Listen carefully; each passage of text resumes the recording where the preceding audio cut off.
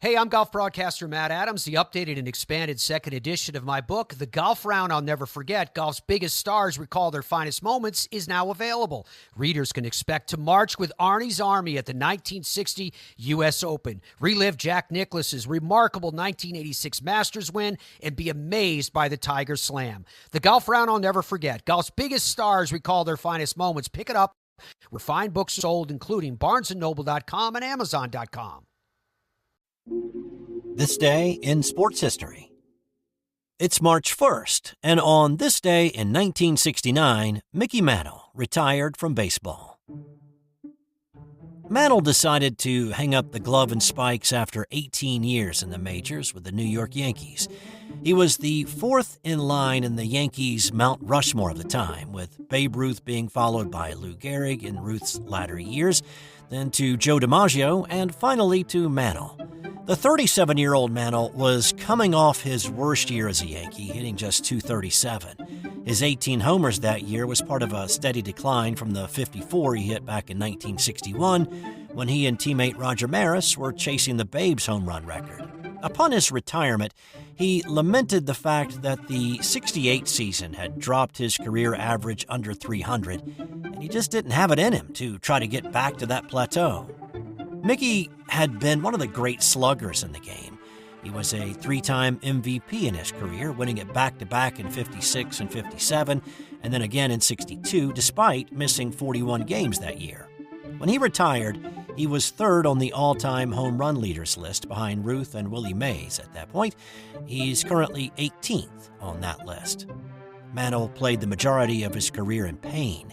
He tore up his right knee in the 1951 World Series. The speculation was that it was a torn ACL that he never had properly treated. He did have surgery on the knee in 1953 to remove some torn cartilage, but it left the knee without much stability, and it was painful. And then there was the shoulder injury that he suffered during the 1957 World Series that also caused him pain the rest of his career. After baseball, it was a bit up and down for him.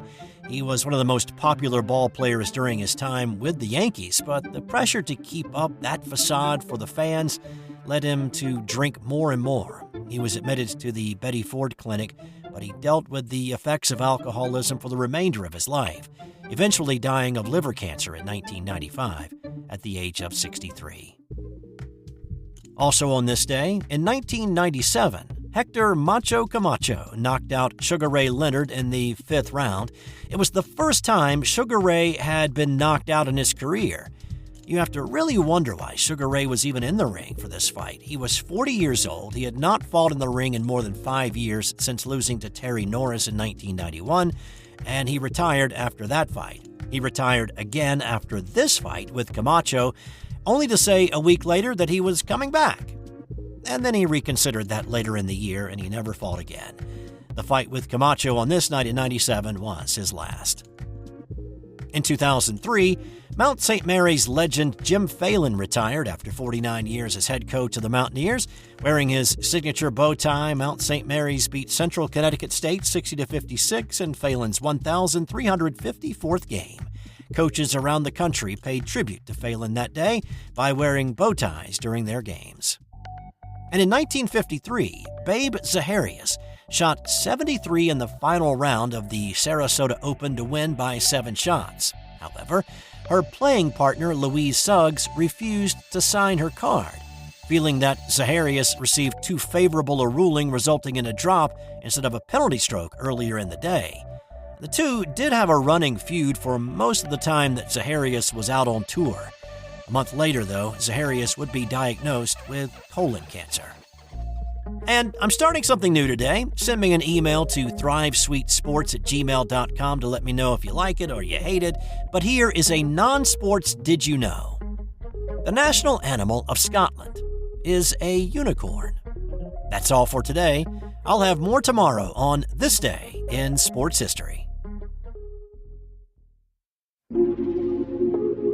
This has been an original Thrive Suite production. Hey there, sports history fan. This is Arnie Chapman, a.k.a. the Football History Dude, and I hope that you enjoyed this recent episode presented by the Sports History Network and were able to learn some good old-fashioned sports history knowledge nuggets. I started the Sports History Network back in 2020 with the mission to help podcasters find a community of like-minded sports history nerds, as well as helping aspiring podcasters to start their own shows. We have a little bit over 30 shows on the network right now covering all sorts of sports history, but as far as I'm concerned, we're just at the toothpick in the ocean moment, that can't even figure it out because there's so much more coming. We wanted to create the ultimate headquarters for sports yesteryear, starting with Podcast Network and our website, but we're going to continue to move into other mediums as well. And here's the cool part, because we want you to be part of our team.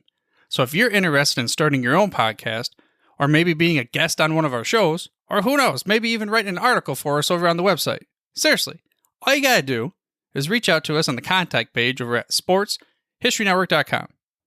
You can be as technologically savvy as a Neanderthal tapping on a stone trying to figure out this whole hieroglyphics thing back in the day.